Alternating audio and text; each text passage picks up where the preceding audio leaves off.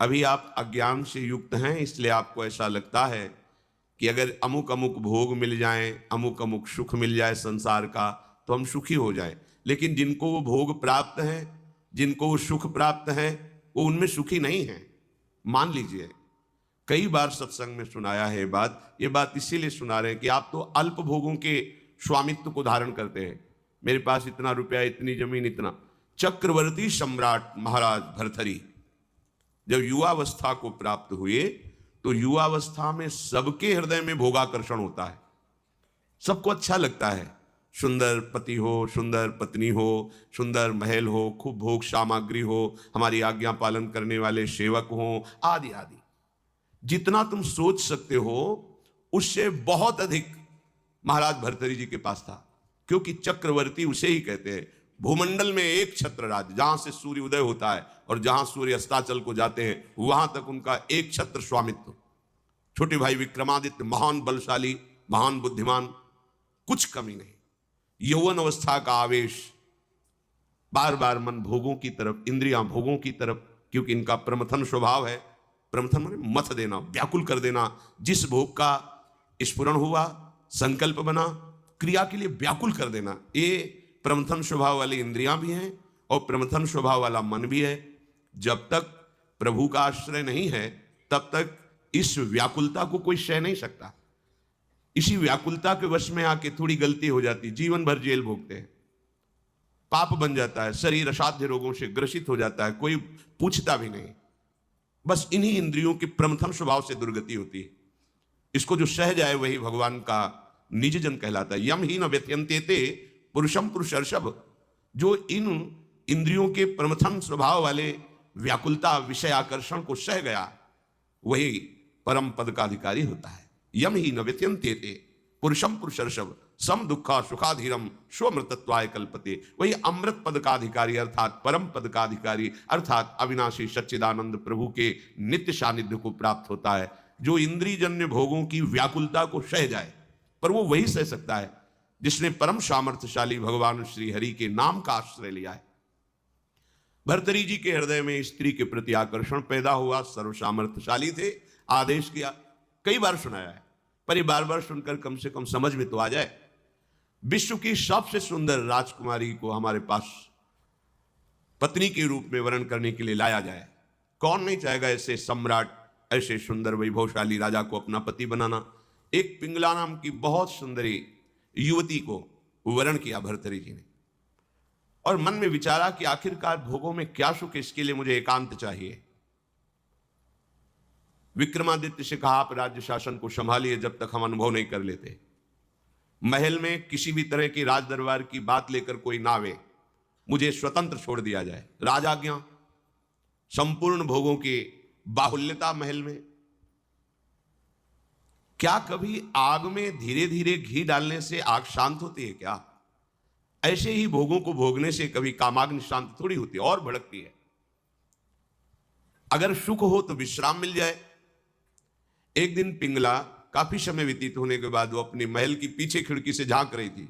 पीछे अश्वशाला थी, वहां घोड़ों की रक्षा सेवा कराने वाला अश्वपति अपने सेवकों के द्वारा घोड़ों की देख रेख, उनकी सेवा कराता था। बहुत ही हष्ट पुष्ट जवान। पिंगला देखकर आसक्त हो गई, एकांत में मिलने लगी। जब महाराज विश्राम को होते तो एकांत में मिलने लगी। गुप्तचरों के द्वारा यह बात जब विक्रमादित्य को पता चली, तो बहुत अंदर से पीड़ित हुए कि क्या करूं, अगर मैं कुछ कहता हूं तो कहीं संशय न कर लिया जाए, अगर कहता नहीं हूं तो ये राजा के प्रति बहुत ही बड़ा विश्वासघात हो रहा है, और वो मेरे भ्राता हैं, मैं ऐसा सह नहीं सकता। एकांत में मिलने की प्रार्थना की। बहुत प्रवीण थी पिंगला, समझ गई। महाराज ने कहा, आज मेरा भाई मेरे से मिलना चाहता है, पता नहीं क्या समस्या है। उनका मुझे पता है, जाइए पहले आप पूछ कर आइए। राजा को आश्चर्य हुआ, मेरे तक बात नहीं पहुंची, इसको पता है। बहुत प्रवीण थी, पर विषयों में प्रवीणता कोई प्रवीणता नहीं कहलाती। प्रवीणता तो विषयों के त्याग की होनी चाहिए। बुद्धिमत्ता गड्ढे में गिरने की नहीं होती, बुद्धिमत्ता उसे निकलने की होती है। विक्रमादित्य ने कहा कि मेरी बात पर विश्वास किया जाए महाराज, जो महारानी पिंगला है इनका चरित्र ठीक नहीं है। ये अश्वपाल से संबंध रखती हैं, ऐसा मुझे गुप्तचरों के द्वारा पता चला है। आवेश में अंदर गए, रानी ने कहा हम बता रहे हैं। वो क्या बता रहे होंगे? वो यही बता रहे होंगे कि अश्वपाल से हमारा गलत संबंध है। ये तुम्हें कैसे? मुझे पता है। कैसे पता है? देखो, हम आपको प्रमाणित नहीं करती, पर आपके भाई चरित्रहीन है। नहीं, इसका प्रमाण चाहिए। आप ऐसे पवित्र भाई के ऊपर ऐसी बात नहीं लगा सकती।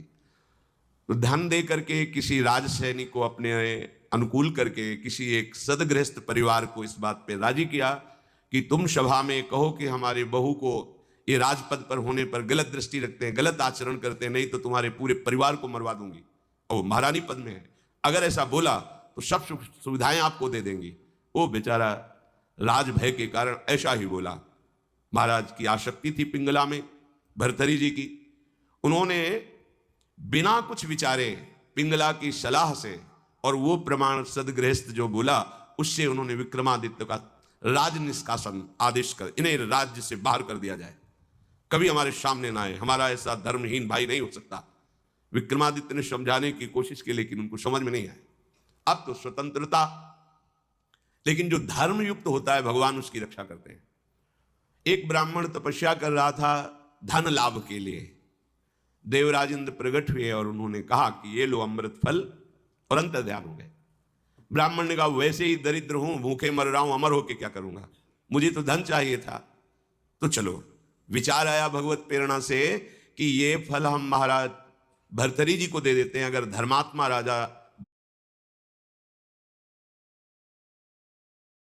राजा बहुत काल तक अमर रहेगा तो प्रजा सुखी रहेगी। राज दरबार में तपस्वी ब्राह्मणों के लिए कहीं कोई रोक टोक नहीं थी। वो गए महल में, मिलने की आकांक्षा की, तुरंत आदर सहित महाराज भर्तरी उपस्थित हुए। आज्ञा कीजिए। और उनका हमने तपस्या की थी धन प्राप्ति के लिए, पर मिला ये मुझे अमृत फल, क्या करूंगा अमर होकर, वैसे ही गरीब हूं।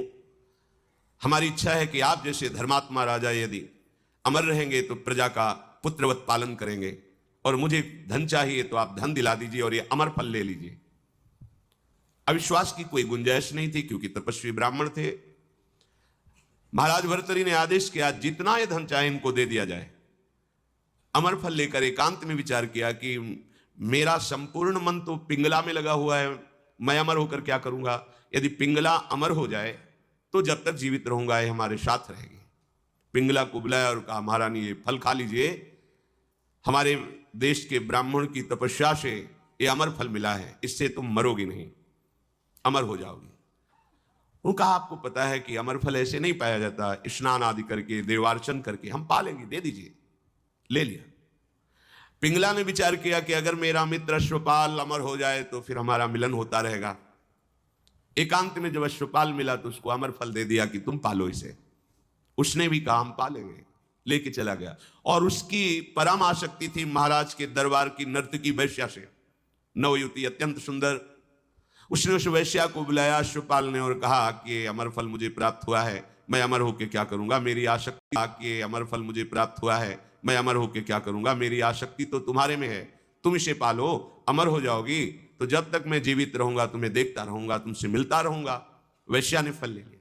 वैश्या ने विचार किया मैं जिस दरबार की नर्तकी हूं तो अमर होकर क्या करूंगी, नाचते ही तो रहूंगी, अगर मेरा महाराज अमर रहे तो अच्छा रहेगा। नर्तकी ने उनके निज महल के अंगरक्षक से कहा कि मुझे महाराज से मिलने की प्रार्थना की जाए और मिलाया जाए।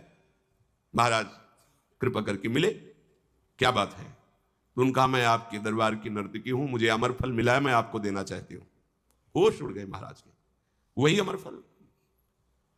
वैश्या से कहा कि तुम्हें किसी भी तरह का दंड नहीं दिया जाएगा, पर तुम सत्य बोलो, ये अमर फल कहां से प्राप्त हुआ है।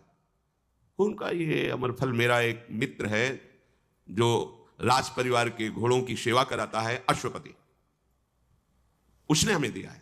और वो महल के पीछे ही था अश्वशाला। महाराज समझ गए। उसको बुलाया अश्वपति को और कहा भाई वैसे तो खड़े खड़े हम तुम्हारे सैकड़ों टुकड़े करवा सकते हैं, पर हम तुम्हें क्षमा करते हैं यदि तुम हमें सच्ची बात बता दोगे कि तुम्हें अमर फल कहां से प्राप्त हुआ है। डरते हुए भयभीत होकर उसने कहा महारानी पिंगला ने दिया है।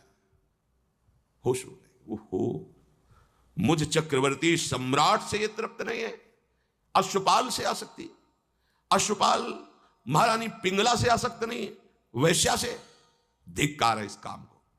सभा में कलम पधार रहे ऐसी घोषणा कर दी जाए और गुप्तचरों को भेजा कि विक्रमादित्य जहां भी किसी भी जंगल में कहीं भी खोज कर लाए जाए, हम उनसे क्षमा याचना करेंगे, वो मेरे भाई हैं, मेरे से गलती हो गई। गुप्तचरों को पहले से ही पता था कि वो कहां हैं। विक्रमादित्य को भी बुलाया गया सभा में। भर्तृहरि जी पहुंचे और कहा पिंगला को उपस्थित किया जाए। राज आज्ञा, तुरंत पिंगला जी को उपस्थित किया गया। बोले मेरे देश के ब्राह्मणों की तपस्या का फल संपूर्ण प्रजा और राज्यसभा देखे। मैं अपनी तलवार से रानी का गला काटूंगा, पर वो मरेगी नहीं क्योंकि इसने अमृत फल खाया है। और तलवार खींचा, जे ही प्रहार करो, चीख पड़ी, नहीं महाराज रुकिए, क्यों, तुम्हें संशय है अमृत फल मिथ्या नहीं हो सकता? उनका मैंने पाया नहीं। क्या किया? अश्वपाल को दे दिया, क्योंकि मेरी आसक्ति अश्वपाल से। कुछ किसी से फिर नहीं बोले। राज मुकुट सिंहासन पर रखकर और कहा विक्रमादित्य तुम इसका पालन करना, मैं ऐसे निकृष्ट संसार का आश्रय नहीं लूंगा। धिक्कार है। कैसा ये काम है जो मुझ चक्रवर्ती सम्राट से ये पिंगला तृप्ति का अनुभव नहीं कर पाई, विश्राम नहीं मान पाई। ये अश्वपाल से, अश्वपाल महारानी से नहीं, एक वैश्या से। धिक्कार इस काम की वृत्ति को, धिक्कार इस झूठे संसार के प्यार को। और घोर वैराग्य में जीवन व्यतीत किया और भगवान शंकर का साक्षात्कार करके ये वरदान मांगा कि कभी मुझे सम्मान से भिक्षा भी ना मिले, क्योंकि ये सम्मान ही संसार के राग को पुष्ट करता है। सतत निरंतर भगवान का भजन तभी हो सकता है जब भोगों में अरुचि हो जाए।